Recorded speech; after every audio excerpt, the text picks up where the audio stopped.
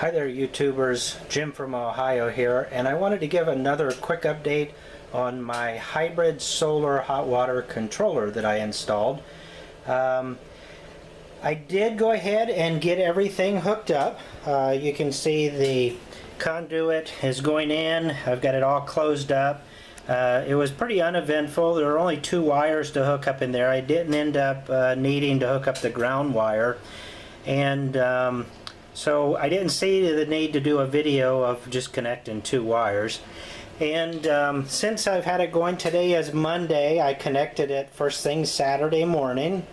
And a couple of things that I did do at the same time I did that.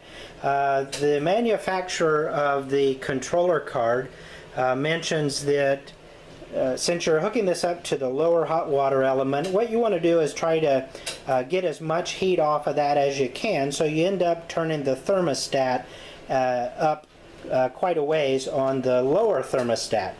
And the upper thermostat you actually want to turn down because you don't want this one coming on as often as it did in the past. So what I did was set the lower thermostat on about 140 degrees, and the upper thermostat I turned down to 125 degrees. So anytime that the sun's shining, the lower element should make power or make hot water.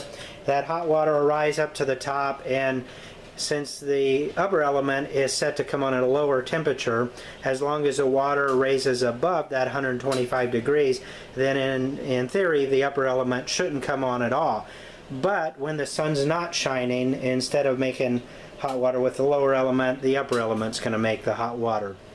So that all went as I mentioned. It was uneventful. The only thing that I had to do over here was insert the quick disconnect to bring the power in from the outside, from the panels, and then I flipped on the breaker, and immediately when I did so, you can probably see the red LED light flickering on and off, which is a sign that the card is doing what it's supposed to do.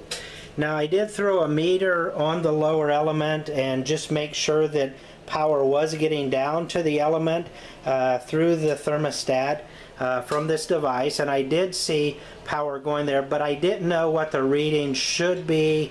I imagine it's going to fluctuate all throughout the day based on how much power is coming in from the panels. But I did see power going through there. So the next thing that I wanted to do was just let it run all day on Saturday and then check the water temperature later on in the day to see what things, how things work. So I took a shower Saturday evening, and I didn't notice any difference at all. The water wasn't any hotter, it wasn't any cooler. So the only thing that I had to question was the power coming in from the solar, or was it coming in from the grid? And so what I did was I came over and I checked my sense meter, and you can see at the bottom there is a water heater. Sorry, trying to get rid of the reflection here. You see I do have a water heater option on here.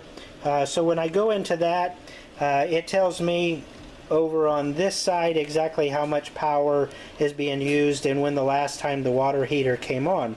So I went through, and Saturday I looked at this, and there was no usage, no graph shown. You can see that, well, for the month, I'll pull up the month here. For the month it shows a graph, so there's usage. When I go to week, since the week actually starts on a Sunday, you'll see no usage at all there. And so what this is telling me is the meter, or the water heater element, the last time it came on was about noontime on Saturday, which was just about the time that I flipped the circuit breaker on. So immediately I thought, well, that's a good thing. But then when it didn't come on at all on Sunday, and then it didn't come on at all today, I got to wondering, is it really not coming on, or is something else going on? And then it kind of hit me, the way that the Sense, this power meter works in your house is over time it learns the different appliances that come on and it recognizes that signature and it reports based on that signature that it's reading. Well, because I disconnected that lower heating element and not as much power is being used by the water heater now, that would have changed that signature. So while the water heater is here, I'm not getting any readings of it anymore.